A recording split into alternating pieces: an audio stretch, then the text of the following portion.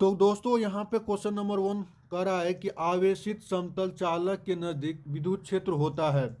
Electric field near a charge plane conductor. तो charge plane conductor के नज़दीक दोस्तों इलेक्ट्रिक फील्ड का मान होता है, वो होता है सिग्मा बाय 2 एप्सिलॉन नोट।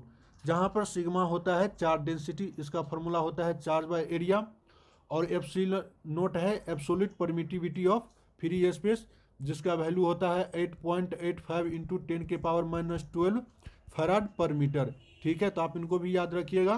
तो एक का जो है सही आंसर होगा आपका B, sigma by 2 epsilon nought, ये जो है इलेक्ट्रिक फील्ड का मान होता है। अगला क्वेश्चन देखते हैं। अगला क्वेश्चन है कि विद्युत क्षेत्र ई और विद्युत विभव वी के बीच निम्नलिखित में कौन संबंध सही है? Which of the following relation between electric field E and electric potential भी इज करेक्ट।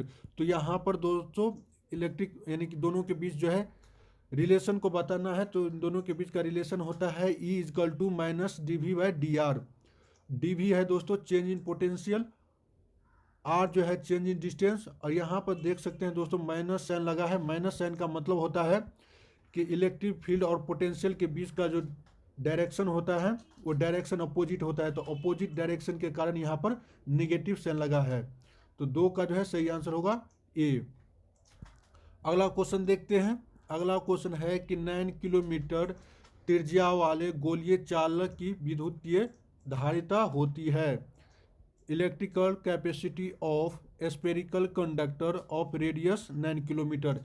यहाँ पर देखिए दोस्तों, ये जो है स्पेरिकल कंडक्टर है, उसका रेडियस दे दिया है, आपको कैपेसिटेंस बताना है। तो कैपेसिटेंस का फॉर्मूला होता है C equal to 4 pi epsilon nought into R. अगर आप इसको लिख सकेंगे तो ये होता है 4 पाई एप्सिलॉन के, अगर इसके बराबर लिखेंगे तो होता है 1/9 इंटू 10⁻⁹, और आर का वैल्यू दिया है दोस्तों 9 किलोमीटर। किलोमीटर को मीटर में कन्वर्ट करेंगे तो 10⁻⁻3 से मल्टीप्लाई कर देंगे, यहाँ से 9 कैंसिल हो गया, और ये 9 जब ऊपर जाएगा दोस्तों तो हो जाएगा 10⁻⁹ इंटू 10⁻³ फैराड, और देख सकते हैं यहाँ पर हो जाएगा 10⁻⁻6 फैराड। अगर 10⁻6 है दोस्तों तो इसको आप लिख सकते हैं माइक्रो, तो यहाँ पर हो जाएगा 1 माइक्रो फैराड। तो 3 का सही आंसर होगा यहाँ पर ए, 1 माइक्रो फैराड। तो आप ये फॉर्मूला याद रखिएगा, C equal to 9 into 10⁻9 into R. चलिए अगला क्वेश्चन देखते हैं। अगला क्वेश्चन है कि capacitance of parallel plate capacitor. तो पैरेलल प्लेट कैपेसिटर के बीच जो है कैपेसिटेंस को बताना है दोस्तों, तो इसका भी फॉर्मूला होता है C equal to epsilon nought into epsilon R into A by D. Epsilon nought आपको बताइए फ्री स्पेस है, ए जो है दोस्तों डाइलेक्ट्रिक कांस्टेंट का है, ए जो है एरिया है, और डी है दो प्लेटों के बीच का डिस्टेंस है। तो 4 का जो है यहाँ पर सही आंसर होगा A, epsilon nought into epsilon R into A by D. चलिए अगला क्वेश्चन देखते हैं। अगला क्वेश्चन है दोस्तों कि गैल्वेनोमीटर का प्रतिरोध G है और वोल्ट मीटर का प्रतिरोध V के बीच निम्नलिखित में कौन संबंध सही है? Which of the following relation between G resistance of galvanometer V is resistance of volt meter is correct. तो इन दोनों के बीच का रिलेशन होता है दोस्तों कि वोल्ट मीटर का जो रेसिस्टेंस होता है वो गैल्वेनोमीटर से ज़्यादा होता है। ठीक है, तो 5 का जो है सही आंसर होगा ए। अगला क्वेश्चन देखते हैं। अगला क्वेश्चन है कि व्हीट स्टोन ब्रिज का व्यवहारिक ढांचा निम्नलिखित में कौन है? Which of the following is the applied form of wheat stone bridge. तो व्हीट स्टोन ब्रिज का जो अप्लाई फॉर्म है दोस्तों वो है मीटर ब्रिज। ठीक है, इसका यूज करते हैं हम रेसिस्टेंस को मापने के लिए मीटर ब्रिज में। तो 6 का जो है सही आंसर होगा यहाँ पर सी, मीटर ब्रिज। चलिए अगला क्वेश्चन देखते हैं। अगला क्वेश्चन है कि एक तार का विशिष्ट प्रतिरोध निर्भर करता है इसके, the specific resistance of wire depends upon its. तो ये डिपेंड करता है दोस्तों नेचर ऑफ मटेरियल, ठीक है, कि पदार्थ के प्रकृति पर डिपेंड करता है रेसिस्टिविटी, स्पेसिफिक रेसिस्टेंस। तो 7 का जो है सही आंसर होगा डी। अगला क्वेश्चन देखते हैं। अगला क्वेश्चन है कि किरचॉफ के बिंदु नियम निम्नलिखित में कौन भौतिक राशि संरक्षित रहती है? Which of the following quantity is conserve in Kirchhoff point rule? तो किरचॉफ पॉइंट रूल में दोस्तों चार्ज का कंजर्वेशन रहता है। तो 8 का जो है सही आंसर होगा यहाँ पर बी, चार्ज यानी आवेश का संरक्षण। अगला क्वेश्चन देखते हैं। अगला क्वेश्चन है कि धारावाही चालक के अंदर इलेक्ट्रॉन की गति होती है। Motion of electron inside the conductor. दोस्तों कंडक्टर के जो है अंदर इलेक्ट्रॉन का मोशन होता है, वो होता है ड्रिफ्ट वेलोसिटी में रहता है, लेकिन यहाँ पर ड्रिफ्ट वेलोसिटी नहीं दिया है, तो यहाँ पर एक्सीलरेटेड हो जाएगा सही आंसर। तो 9 का जो है सही आंसर होगा बी, त्वरित। अगला क्वेश्चन है कि विद्युत परिपथ की शक्ति होती है पावर ऑफ इलेक्ट्रिकल सर्किट। तो इलेक्ट्रिक सर्किट में पावर का फॉर्मूला होता है दोस्तों P = V²/R।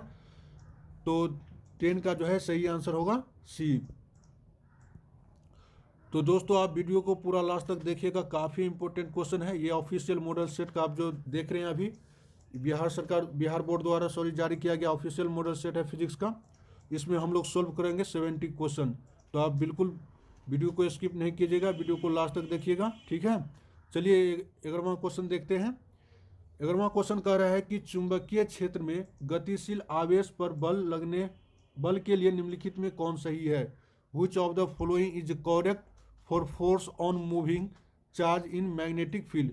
तो यहाँ पर जो मैग्नेटिक फोर्स का जो फॉर्मूला होगा दोस्तों वो होगा Q × V×B। तो 11 का जो है सही आंसर होगा यहाँ पर भी F = Q × V×B। जब इसका जो मैग्नीट्यूड फॉर्म लिखेंगे दोस्तों तो F = हो जाएगा QVB sin थीटा, ठीक है। तो 11 का सही आंसर होगा बी।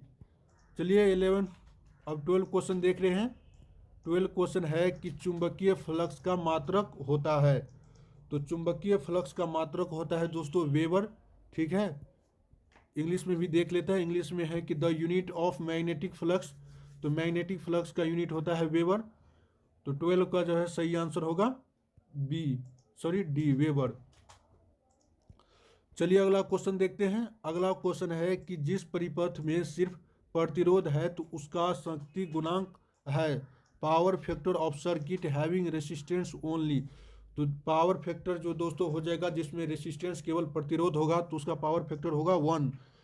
तो 13 का सही आंसर होगा यहाँ पर ए, 1। अगला क्वेश्चन देखते हैं। अगला क्वेश्चन है कि प्रत्यावर्ती धारा का मूल वर्ग तथा माध्य मान होता है root mean square value of alternative current is equal to. तो इसको शॉर्ट में बोलते हैं दोस्तों RMS, ठीक है। करेंट का RMS वैल्यू में रिलेशन होता है RMS = I0/√2। I0 जो है पीक करेंट है /√2, I0 है पीक करेंट। तो यहाँ पर जो इसका सही रिलेशन होगा 14 का सी, पीक करेंट /√2 यानी शिखर धारा का मान बटे √2। तो 14 का सही आंसर होगा सी। चलिए अगला क्वेश्चन देखते हैं। अगला क्वेश्चन है कि एक चुंबक के चुंबकीय लंबाई Lm और ज्यामितीय लंबाई Lg के बीच निम्नलिखित में कौन संबंध सही है? इंग्लिश में भी देख लेते हैं। इंग्लिश में है कि which of the following is the correct relation between geometrical length Lg and magnetic length Lm of the magnet. तो इन दोनों के बीच का जो रिलेशन होता है दोस्तों वो होता है Lg = 6/5 Lm। तो 15 का सही आंसर होगा यहाँ पर ए। अगला क्वेश्चन देखते हैं। अगला क्वेश्चन है यदि BH पृथ्वी के चुंबकीय क्षेत्र का क्षैतिज घटक और डेल्टा जो है नमन कोण हो तो पृथ्वी के चुंबकीय क्षेत्र के लिए निम्नलिखित में कौन सही है? Which of the following correct for earth's magnetic field if BH the horizontal component of earth magnetic field and delta is the angle of dip.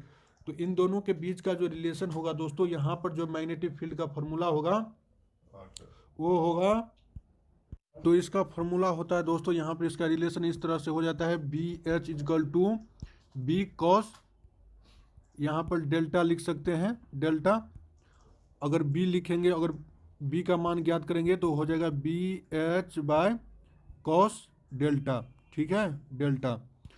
तो यहाँ पर जो है सही आंसर होगा 16 का ए, BH/cos डेल्टा।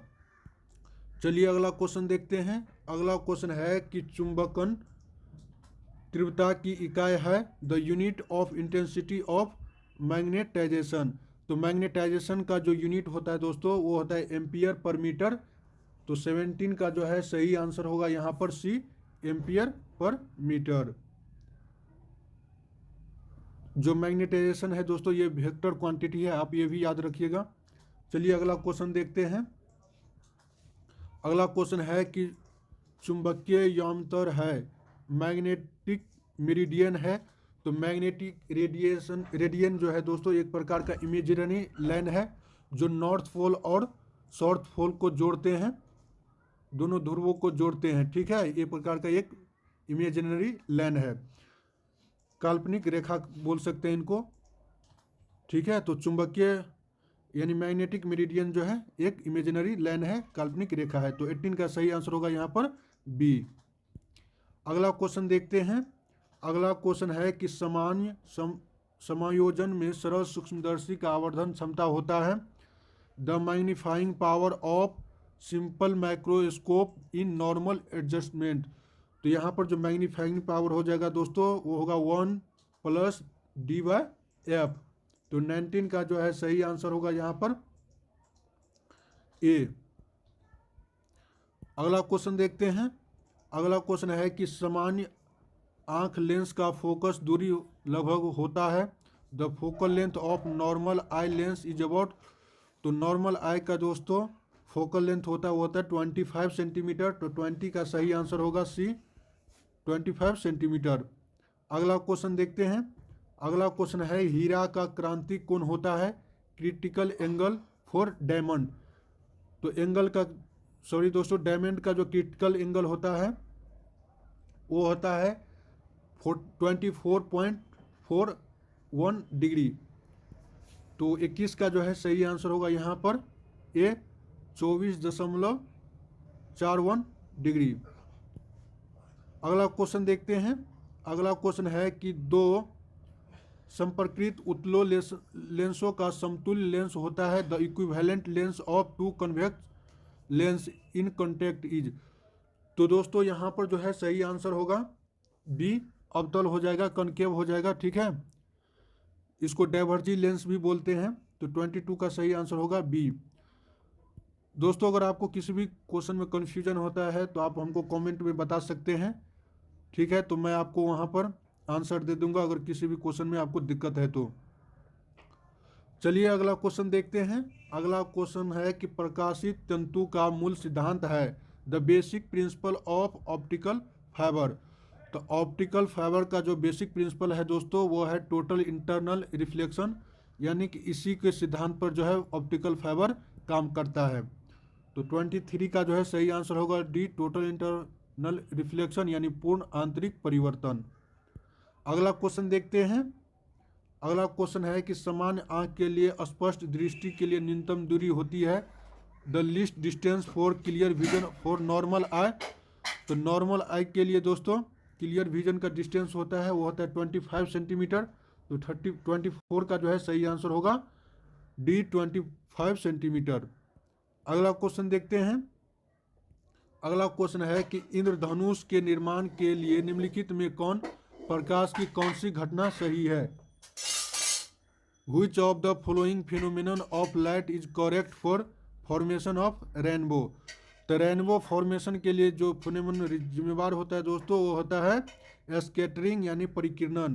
परिकिरणन के कारण जी है, स्कैटरिंग के कारण ही दोस्तों रेनबो बन पाता है।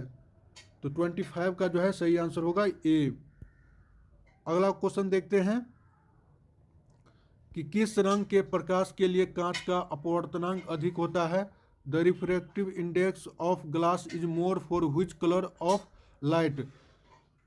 तो दोस्तों ग्लास जिसका रिफ्रैक्टिव इंडेक्स ज़्यादा होगा उसका जो है वेवलेंथ बहुत ही कम होगा, ठीक है। तो यहाँ पर जो है सही आंसर होगा भी, वायलेट।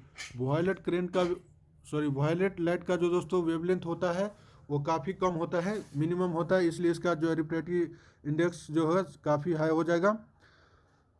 तो 26 का जो है सही आंसर होगा बी।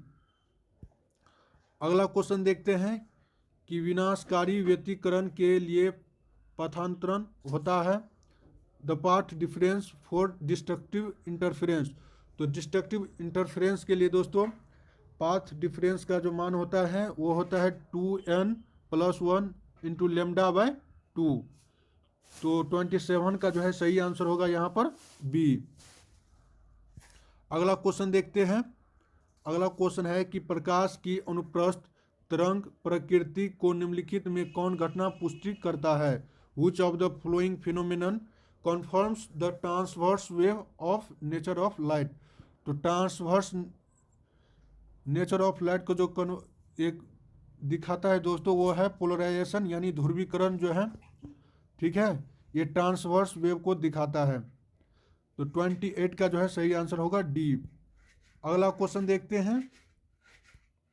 नेक्स्ट क्वेश्चन है दोस्तों कि अवरोध के किनारे से प्रकाश का मुड़ना कहलाता है। Bending of light from the corners of obstacle is called. तो उस घटना को बोलते हैं दोस्तों डिफ्रेक्शन यानी विवर्तन। तो 29 का जो है सही आंसर होगा बी, विवर्तन। अगला क्वेश्चन देखते हैं। अगला क्वेश्चन है कि चांदी का कार्यफलन होता है। तो यहाँ पर दोस्तों वर्क फंक्शन हो जाएगा सिल्वर का, वो हो जाएगा 4.7 इलेक्ट्रॉन वोल्ट। इसका लगभग मान होता है 4.3 दोस्तों, लेकिन यहाँ पर 4.7 दे दिया है तो ये भी सही आंसर होगा। तो 30 का जो है सही आंसर होगा डी, यानी work function of silver, silver का वर्क फंक्शन होगा 4.7 इलेक्ट्रॉन वोल्ट। अगला क्वेश्चन देखते हैं। अगला क्वेश्चन है कि प्लांक नियतांक का मान होता है the value of Planck's constant. तो प्लैंक्स कांस्टेंट को दोस्तों एच से सूचित करते हैं, ठीक है।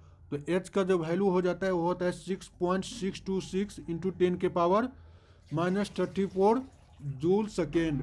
तो 31 का सही आंसर होगा सी। नेक्स्ट क्वेश्चन देखते हैं। नेक्स्ट क्वेश्चन है कि फोटोन का गतिक द्रव्यमान होता है डायनेमिक मास ऑफ फोटोन। तो देखिए दोस्तों ये डायनेमिक मास आप इस तरह से भी निकाल सकते हैं, जैसे एनर्जी का फॉर्मूला होता है E = hc/λ, और जो एक एनर्जी का फॉर्मूला होता है दोस्तों mc², ठीक है। और यहाँ से hc/λ, यहाँ से एक सी कैंसिल हो गया, और यहाँ पर जो m का वैल्यू हो जाएगा वो होगा h = λc। तो यहाँ पर जो है 32 का जो है सही आंसर होगा बी, h/c⁻। अगला क्वेश्चन देखते हैं। अगला क्वेश्चन है कि निम्नलिखित में कौन श्रेणी पराबैंगनी परिसर में है। Which of the following series in ultraviolet region. तो अल्ट्रावायलेट रीजन में पड़ता है दोस्तों, वो पड़ता है लेमन सीरीज। तो 33 का जो है सही आंसर होगा ए, लेमन सीरीज। विजुअल रीजन में पड़ता है दोस्तों बार्मर सीरीज, और जितना भी बचता है वो बनता है इंफ्रारेड में, जैसे कि पार्सन सीरीज हो गया, ब्रैकेट हो गया, इन सभी जो ये सभी जो पड़ेगा वो पड़ेगा इंफ्रारेड रीजन में, ठीक है। तो आप इनको भी याद रखिएगा। तो 33 का यहाँ पर सही आंसर होगा ए, लेमन सीरीज, जो अल्ट्रावायलेट रीजन में पड़ता है। चलिए अगला क्वेश्चन देखते हैं। अगला क्वेश्चन है कि रेडियो एक्टिविटी के लिए निम्नलिखित में कौन उपयुक्त नहीं है। Which of following is not applicable for radio activity.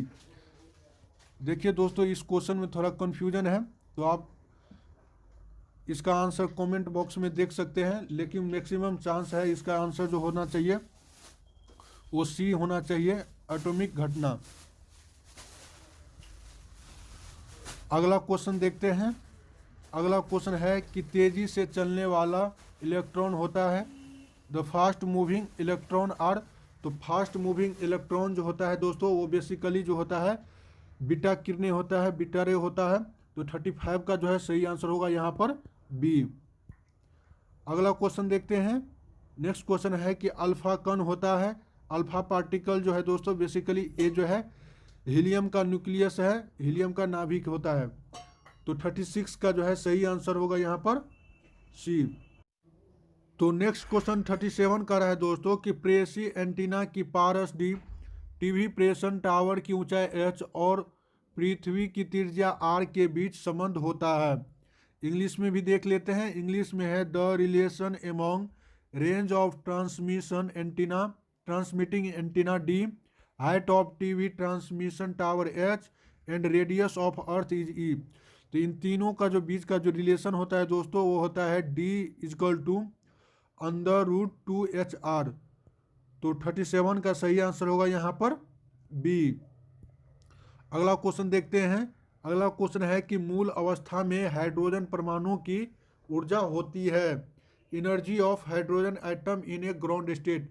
तो ग्राउंड स्टेट में दोस्तों एनर्जी का जो मान होता है वो होता है -13.6 इलेक्ट्रॉन वोल्ट। तो 38 का सही आंसर होगा डी -13.6 इलेक्ट्रॉन वोल्ट। अगला क्वेश्चन देखते हैं। अगला क्वेश्चन है कि जब अपद्रव्य के नैज अर्धचालक में मादित किया जाता है तब अर्धचालक की चालकता क्या होती है, बढ़ती है। When an impurity is doped into intrinsic semiconductor it's conductivity. देखिए दोस्तों जो प्योर सेमीकंडक्टर होता है जिसको इंट्रिंसिक सेमीकंडक्टर भी बोलते हैं, तो प्योर सेमीकंडक्टर में जब आप डोपिंग करते हैं दोस्तों तो उसका कंडक्टिविटी इंक्रीज कर जाता है। तो 39 का जो है सही आंसर होगा यहाँ पर ए, इंक्रीज यानी बढ़ती है।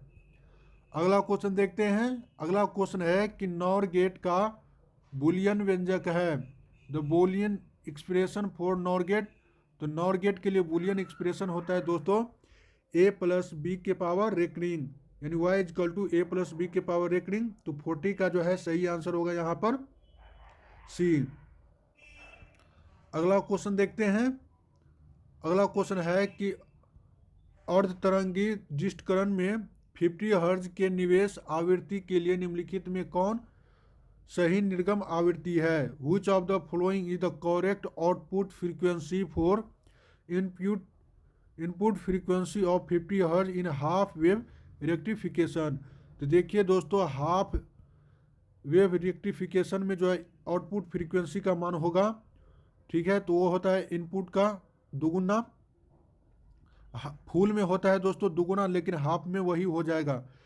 तो 41 का जो है सही आंसर होगा यहाँ पर बी, 50 हर्ट्ज। यहीं पर दोस्तों अगर आप फुल वेव रेक्टिफिकेशन होता तब इसका दुगुना हो जाता, 100 हर्ट्ज हो जाता, लेकिन यहाँ पर हाफ वेव पूछ रहा है तो यहाँ पर जो है जो वैल्यू इनपुट का होगा वही आउटपुट का होगा। तो 41 का सही आंसर होगा बी।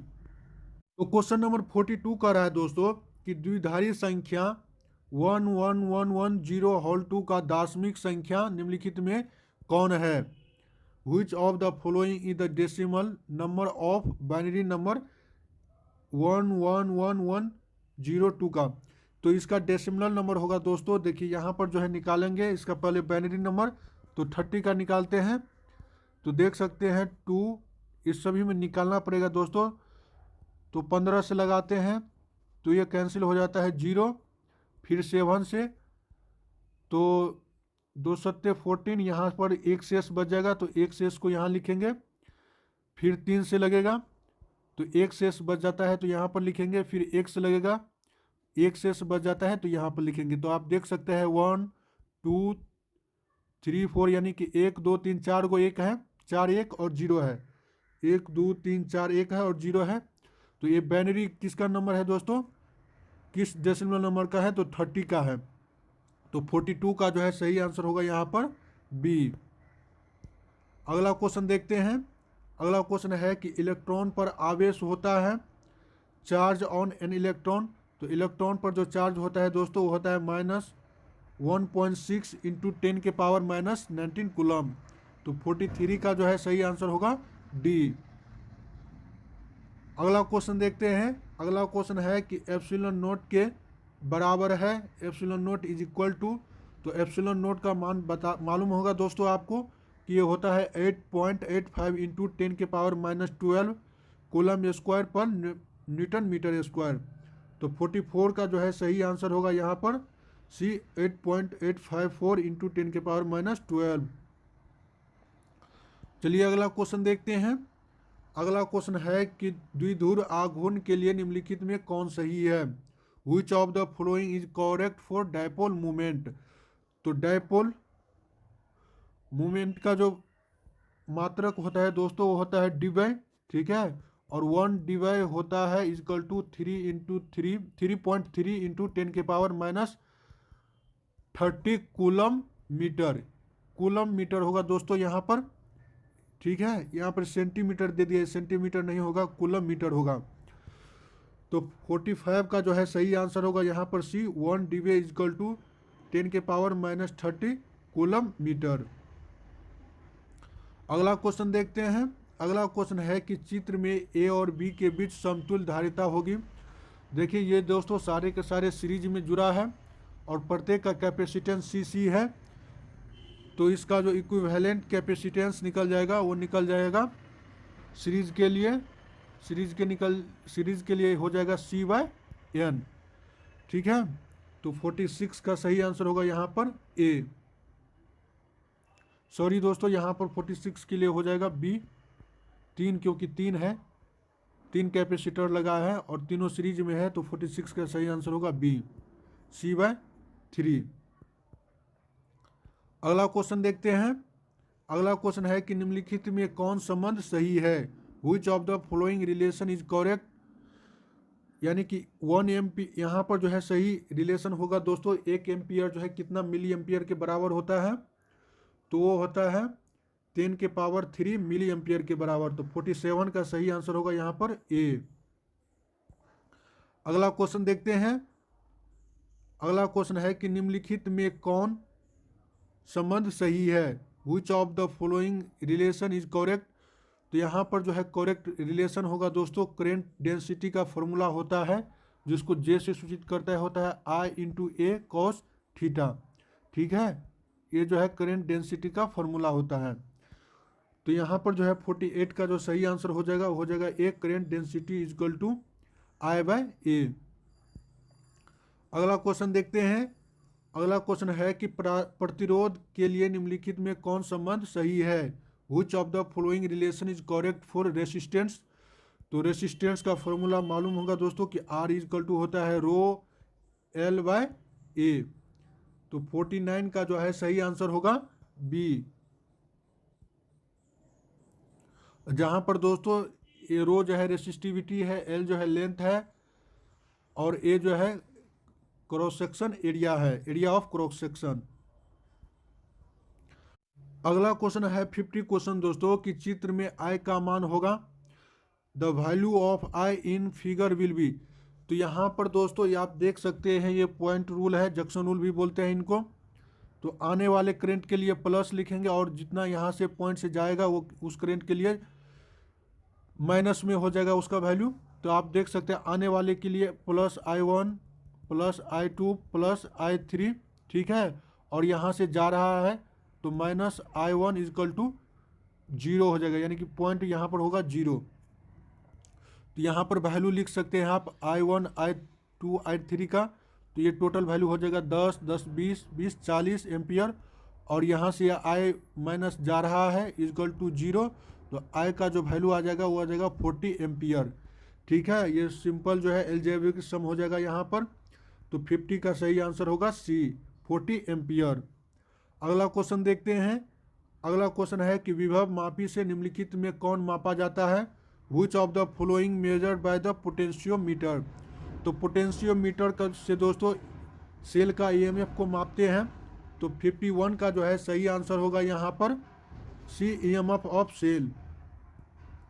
अगला क्वेश्चन देखते हैं। अगला क्वेश्चन है कि 1 किलोवाट घंटा के बराबर होता है।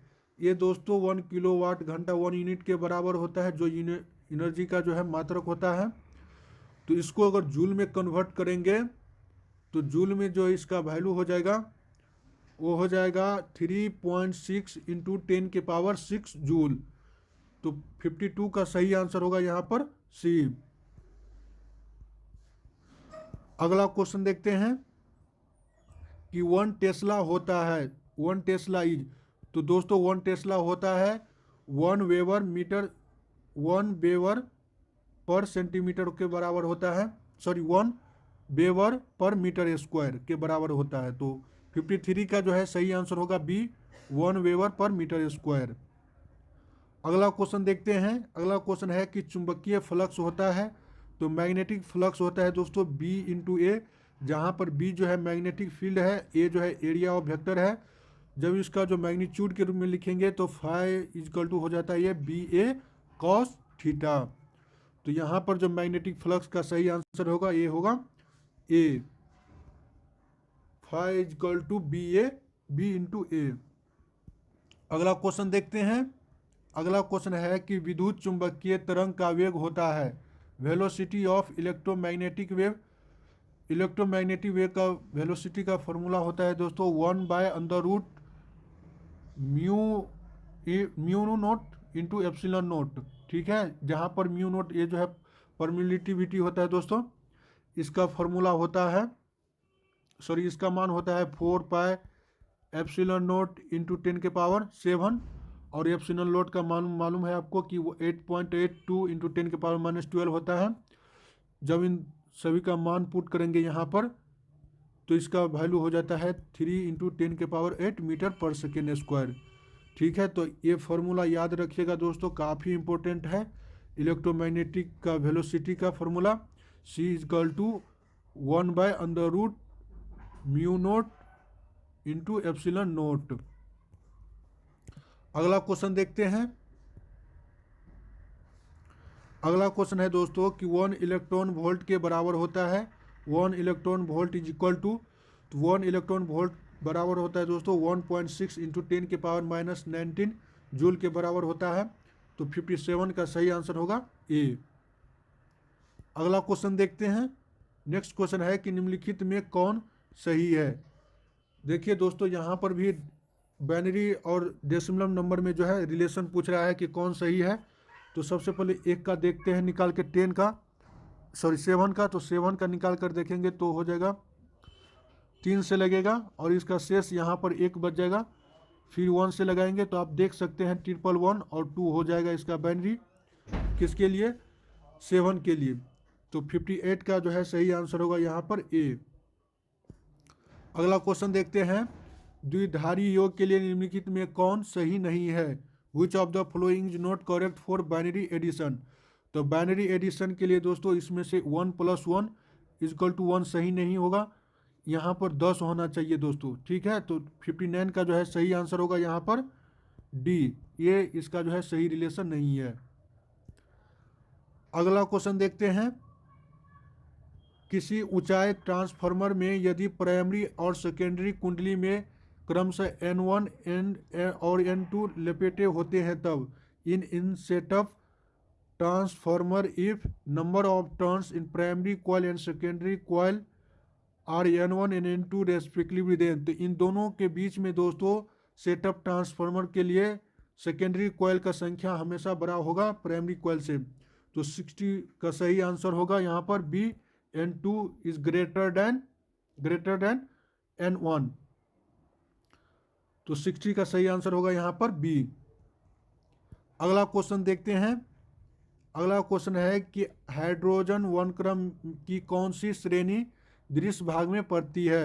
Which series of hydrogen spectrum lies in visual region. तो विजुअल रीजन में पड़ने वाला जो स्पेक्ट्रम है दोस्तों वो है बार्मर सीरीज। तो 61 का जो है सही आंसर होगा यहाँ पर ए, बार्मर सीरीज। अगला क्वेश्चन देखते हैं। अगला क्वेश्चन है उत्तल लेंस की फोकस दूरी 1 मीटर है तो इसकी शक्ति होगी। तो फोकस दूरी और लेंस पावर में दोस्तों रिलेशन होता है P = 1/f। f जो है किस में होना चाहिए, मीटर में होना चाहिए। तो P = हो जाएगा 1/, और f का वैल्यू दिया है 1 मीटर में दिया है। तो यहाँ से देख सकते हैं 1 डायोप्टर जो है इसका वैल्यू हो जाएगा।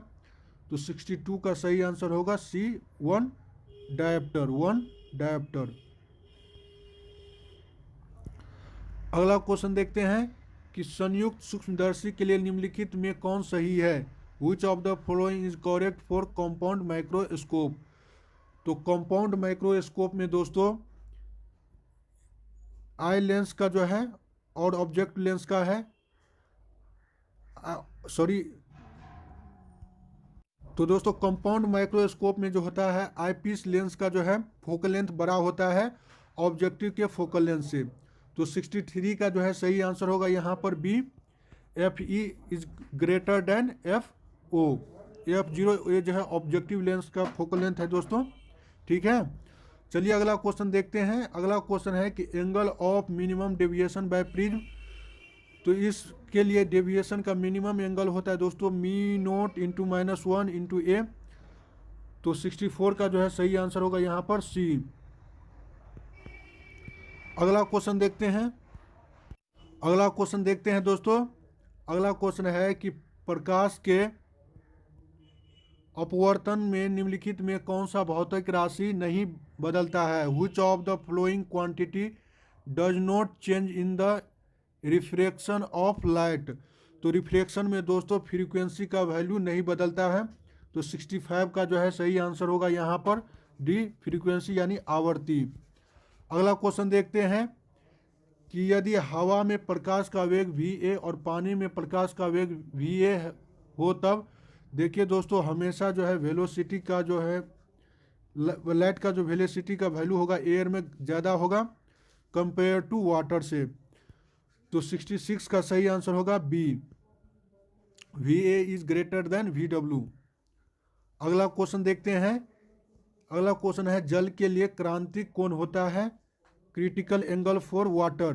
तो वाटर के लिए क्रांतिक कोण का मान होता है दोस्तों, वो होता है 48.75 डिग्री।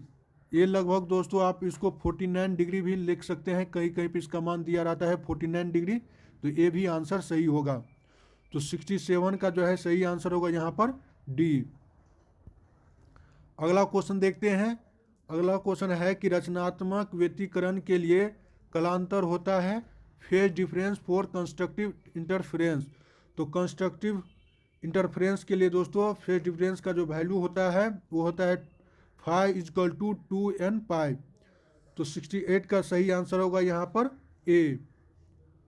अगला तो नेक्स्ट क्वेश्चन है दोस्तों 69 का कि प्रकिरणित प्रकाश की तीव्रता I के लिए निम्नलिखित में कौन सही है। Which of the following is correct for intensity of scattered light। तो दोस्तों हाँ यहाँ पर आपको जो है बताना है कि स्कैटर्ड लाइट इंटेंसिटी का और वेवलेंथ के बीच क्या रिलेशन होता है। तो इसका रिलेशन होता है दोस्तों कि I होता है I प्रोपोर्शनल टू 1/λ4k, ठीक है। यही रिलेशन होता है स्कैटर्ड लाइट इंटेंसिटी के बीच और लेमडा के बीच, 1 प्रोपोर्शनल टू 1/λ4। तो 69 का जो है सही आंसर होगा यहाँ पर डी। अगला क्वेश्चन देखते हैं दोस्तों। इस मॉडल सेट का लास्ट क्वेश्चन है 70, ठीक है। तो देखिए क्या कहता है ये क्वेश्चन। ये कहता है कि कांच के समानांतर सतह की पट्टी का फोकस दूरी होता है the focal length of parallel shaded glass slab. तो दोस्तों पैरेलल शेडेड ग्लास स्लैब का जो फोकल लेंथ होता है वो होता है अनंत, इन्फिनाइट। तो 70 का सही आंसर होगा बी, अनंत, और इंग्लिश में होगा इन्फिनाइट। तो उम्मीद करता हूं दोस्तों कि आपको यह वीडियो पसंद आया होगा। अगर वीडियो पसंद आया है तो वीडियो को लाइक कीजिए, चैनल को ज़रूर सब्सक्राइब कर लीजिएगा, ठीक है।